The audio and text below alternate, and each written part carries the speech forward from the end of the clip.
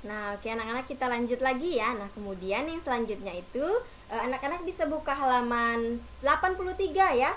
Di situ ada ayo menulis katanya ya, anak-anak. Nah, nanti Ibu sudah siapkan di sini jawabannya. Nanti kita akan bahas bersama-sama dan di rumah anak-anak bisa mencatat di buku catatannya. Nah, di sini ada pertanyaan yang pertama. Nah, kapan teks proklamasi dibacakan? Nah, jawabannya itu adalah 17 Agustus 1945. Nah, jadi pada tanggal 17 Agustus 1945 atau 1945 itu adalah pembacaan teks proklamasi ya yang dibacakan oleh Bapak I.R. Soekarno didampingi dengan Bapak Muhammad Hatta tadi ya. Nah, kemudian pertanyaan yang selanjutnya, siapakah yang membuat dan membacakan teks proklamasi ya? Nah, yang membuat itu adalah siapa tadi ya? Ayo, siapa? Sudah Ibu katakan tadi ya, siapa yang membuatnya? Nah, itu yang membuatnya adalah Sayuti Melik ya. Ibu Sayuti Melik ya. Itu yang mengetik. Dia yang mengetik ya. Kemudian maksud Ibu yang mengetik itu adalah Ibu Sayuti Melik, kemudian yang membuat itu adalah I.R. Soekarno. Nah, kemudian di sini siapa sajakah tokoh yang hadir pada peristiwa pembacaan teks proklamasi? Nah, tokoh-tokoh yang hadir itu adalah I.R. Soekarno, kemudian ada Drs. Muhammad Hatta, ada Wali Kota Suwiryo, kemudian ada Bapak Dr. Muwardi, ada Latif Hendraningrat, dan ada Bapak Suhud. Nah, ini adalah beberapa tokoh yang hadir saat pembacaan teks proklamasi itu tadi ya. Oke, lanjut. Nah, di sini bagaimana susunan acara pada teks pembacaan teks proklamasi itu tadi? Nah, susunannya itu yang pertama adalah pembacaan teks proklamasi kemerdekaan, kemudian yang kedua ada pengibaran bendera merah putih, kemudian ada sambutan dari Wali Kota Suwiryo dan Bapak Dr. Muwardi. Nah, ini adalah susunan dari acara pembacaan teks proklamasi kemerdekaan Indonesia tadi ya. Nah, jadi di sini kita tahu bahwa teks proklamasi dibacakan pada pukul 10 WIB atau 10 pagi ya. Nah, bagaimana kira-kira cuaca dan suhu udara pada saat itu? Nah, apakah atau apa yang kamu rasakan saat ini pada pukul yang sama, yaitu pada pukul 10. Oke, di tempat Ibu ya pada pukul 10 pagi ini cukup panas ya anak-anak, lumayan panas ya. Nah, bagaimana di daerah anak-anak pada pukul 10 saat ini? Apakah panas atau mendung ya? Jadi di tempat Ibu cukup panas, tidak terlalu panas, kemudian juga tidak mendung, sedang-sedang ya, seperti lagu sedang-sedang saja. Oke. Nah, bagaimana suhu udara saat ini? Panas ataukah dingin ya?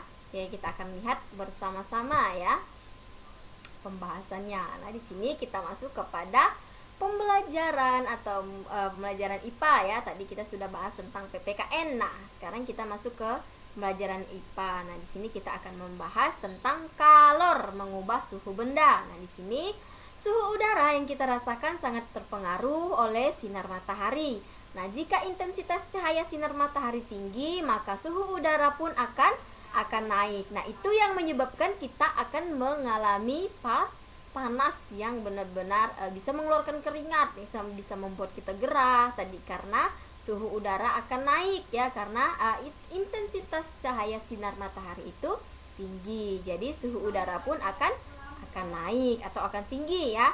Nah, sebaliknya jika intensitas sinar matahari rendah, maka suhu udara pun akan rendah. Nah, disinilah kita akan merasakan sejuk, kita akan merasakan segar karena intensitas dari cahaya matahari itu sudah rendah. Nah, hal tersebut juga berkaitan dengan perpindahan kalor secara radiasi dari sinar matahari. Jadi adanya peristiwa ini tadi, peristiwa antara matahari, intensitas sinar cahaya matahari yang tinggi, kemudian yang rendah itu dia berkaitan dengan perpindahan kalor secara radiasi dari sinar matahari itu tadi. Nah, kemudian kita akan mencari tahu lebih lanjut lagi tentang kalor mengubah suhu benda. Nah, di sini anak-anak bisa perhatikan ya, di sini sudah Ibu siapkan teks yang telah membahas tentang mengubah kalor mengubah suhu benda. Nah, di sini kalor didefinisikan sebagai energi panas yang dimiliki oleh benda. Nah, secara umum mengetahui adanya kalor yang dimiliki oleh benda dapat dilakukan dengan cara mengukur suhu benda tersebut. Nah, jika suhu benda tinggi, maka kalor-kalor yang dikandung oleh benda juga akan kecil ya, akan rendah. Nah, ini yang dikandung oleh benda juga besar ya. Sebaliknya, jika suhu benda itu rendah tadi, maka kalor yang dikandung oleh benda juga akan kecil. Nah, di sini kalor yang dimiliki oleh suatu benda bisa berubah-ubah ya anak-anak. Jadi dia tidak menetap. Jadi kalor yang dimiliki oleh suatu benda itu tadi dia bisa berubah-ubah. Nah, bisa naik, kemudian dia bisa turun karena adanya kalor dapat berpindah dari suhu tinggi menuju ke suhu yang rendah, seperti yang sudah Ibu jelaskan di tema 6 kemarin, bahwa kalor itu dia bisa berpindah dari tempat yang tinggi ya, kemudian juga bisa berpindah ke tempat yang rendah. Nah, jadi itu adalah perpindahan kalor ya. Nah, di sini ada contohnya ya. Nah, di sini ada air panas, kemudian air dingin, kemudian air hangat. Nah, anak-anak bisa coba di rumah ya. Anak-anak siapkan satu mangkok gitu ya. Nah, nanti di mangkok itu anak-anak siapkan satu gelas air panas, kemudian satu gelas air dingin, dan anak-anak nanti bisa tuangkan kedua air tadi, antara air panas kemudian dengan air dingin. Anak-anak tuangkan ke dalam mangkok tadi yang sudah anak-anak siapkan. Nah, anak-anak tuang secara bersamaan ya, tuang secara bersamaan. Nah, nanti diamkan sebentar, anak-anak akan merasakan apa perbedaannya ya.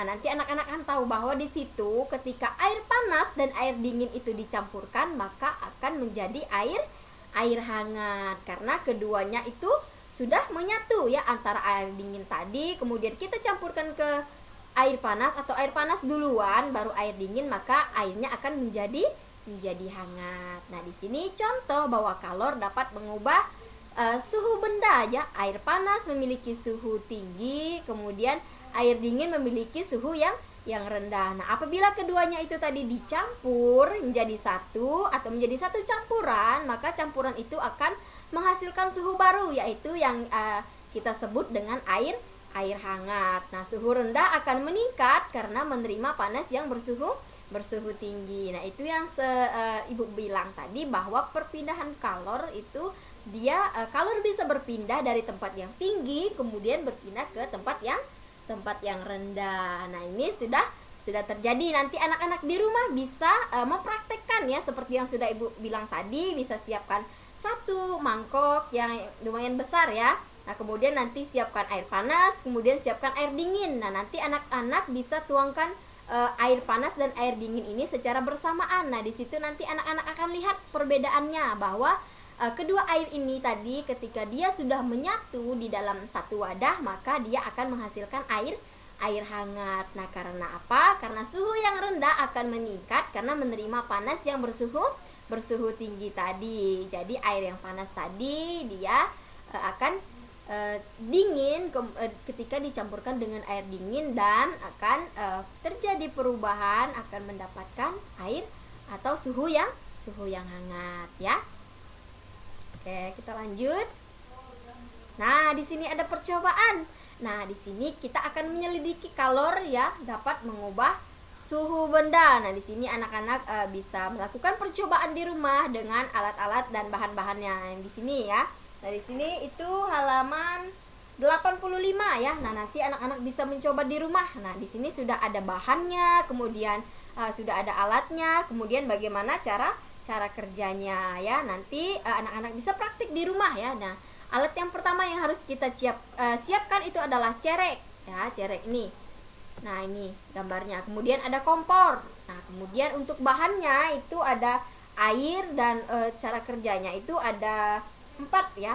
Nah, yang pertama itu anak-anak tuangkan air ke dalam cerek, kemudian letakkan cerek di atas kompor. Selanjutnya anak-anak nyalakan, kemudian anak-anak amati apa yang terjadi pada air yang sudah dimasukkan ke dalam cerek itu tadi ya. Air yang dingin kemudian kita masukkan ke dalam cerek yang di atas kompor tadi, kemudian kita nyalakan apinya ya, kita nyalakan kompornya. Nah, di situ anak-anak bisa mengamati apa yang terjadi kepada air itu tadi ya, ketika dia dari air yang dingin tadi, kemudian ketika kita masukkan ke dalam cerek, kita nyalakan api kompornya, maka dia akan panas. Nah, nanti anak-anak bisa amati, kemudian anak-anak bisa Tulis ya apa saja yang terjadi ya.